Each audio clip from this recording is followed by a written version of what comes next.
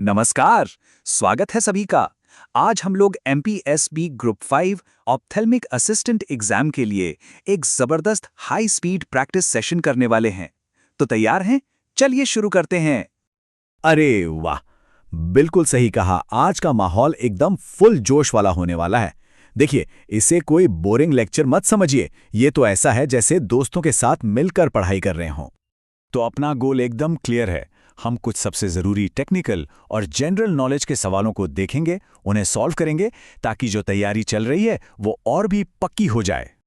तो ठीक है, अब शुरू करते हैं अपने पहले सेक्शन से। ये वो बेसिक चीजें हैं, वो फाउंडेशन है जो हर कैंडिडेट को पता होना ही चाहिए। पहला सवाल, मायोपिया मतलब जब दूर का धुंधला दिखता है, उसे ठीक करने के लिए कौन सा लेंस इस्तेमाल होता है? सोचिए जरा, ये बहुत ही कॉमन क्वेश्चन है। और सही जवाब है कॉनकेव लेंस। इसे याद रखने के लिए एक छोटा सा एग्जाम हैक भी है। बस इतना सोचिए, माइनस पावर मतलब कॉनकेव लेंस, और यही है मायोपिया का सुपर हीरो। है ना बढ़िया तरीका याद रखने का? चलिए अगले सवाल पर आते हैं। इंट्रा ऑक्यूलर प्रेशर यानी आईओपी, इसकी नॉर्मल रेंज क्या होती है? ये एक बहुत ही फंडामेंटल मेजरमेंट है, पता होना ही चाहिए। तो इसकी नॉर्मल रेंज है 10 से 21 mmHg। और टिप ये है कि ये जो रेंज है ना, ये एकदम सेफ जोन है। अगर रीडिंग 22 या उससे ऊपर जाती है तो समझ लीजिए कि ये ग्लूकोमा के लिए एक रेड अलर्ट है।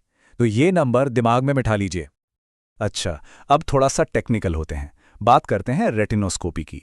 इसमें विद मोशन और अगेंस्ट मोशन का क्या मतलब होता है? ये बहुत सीधा है। देखिए, विथ मोशन का मतलब है कि लाइट का रिफ्लेक्स उसी डायरेक्शन में जा रहा है। ये मायोपिया को बताता है। और अगेंस्ट मोशन मतलब रिफ्लेक्स उल्टी दिशा में जा रहा है, जो कि हाइपरमेट्रोपिया का संकेत है। एकदम सिंपल। तो ये तो हुई बेसिक्स की बात। अब आते हैं अगले सेक्शन पर और जानते हैं उन टूल्स के बारे में जो एक ऑफ्थाल्मिक असिस्टेंट इस्तेमाल करता है।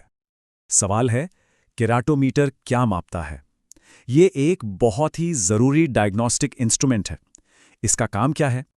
तो केराटोमीटर मापता है कॉर्नियल कर्वेचर, मतलब ये कॉर्निया के शेप और उसकी रिफ्रैक्टिव पावर को मेजर करता है। और हाँ, एक ज़रूरी बात, प्रैक्टिकल फील्ड में इन्हें के रीडिंग्स कहते हैं। ये टर्म अक्सर सुनने को मिलेगा। चलिए, अब थ्योरी से थोड़ा प्रैक्टिकल साइड पर चलते हैं। बात करते हैं कुछ आम बीमारियों और उनके इलाज के बारे में। तो सवाल ये है कि आज के ज़माने में मॉडर्न कैटरैक्ट सर्जरी का गोल्ड स्टैंडर्ड क्या है? मतलब सबसे बेस्ट और सबसे कॉमन प्रोसीजर कौन सा है? और इसका जवाब है फेको एमल्सिफिकेशन। ये प्रोसेस काम कैसे करता है? बहुत सिंपल है। स्टेप 1, अल्ट्रासाउंड वेव्स से जो धुंधला लेंस है उसे धीरे धीरे तोड़ा जाता है।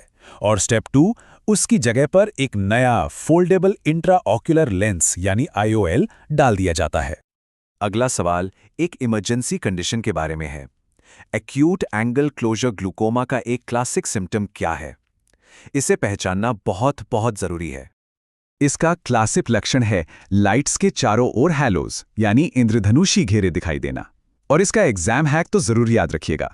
अगर किसी को रेनबो हैलोज दिख रहे हैं और साथ में जबरदस्त दर्द है, तो ये एक इमरजेंसी है।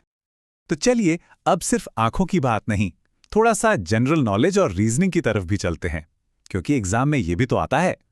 तो एक रीजनिंग का सवाल है, अगर कैट का कोड 3120 है तो डीओजी का कोड क्या होगा? लगाइए थोड़ा दिमाग, पैटर्न पकड़ने की कोशिश कीजिए। इसका लॉजिक बहुत सिंपल है। हर अक्षर की जो अल्फाबेट में पोजीशन है वही उसका कोड है। जैसे सी तीसरे नंबर पर आता है, ए पहले पर और टी 20वें पर, तो बन गया 3120। तो इसी लॉजिक से डी होता है चौथा, ओ 15वां और जी 7वां, तो डॉग का कोड हुआ 4157। अब एक सवाल मध्य प्रदेश के जनरल नॉलेज से। ये बहुत ही महत्वपूर्ण सवाल है। भोपाल गैस ट्रेजेडी के लिए कौन सी गैस जिम्मेदार थी? और इसका जवाब है MIC यानी मिथाइल आइसोसाइनाइड। ये एक ऐसा ऐतिहासिक तथ्य है जो सबको पता होना चाहिए।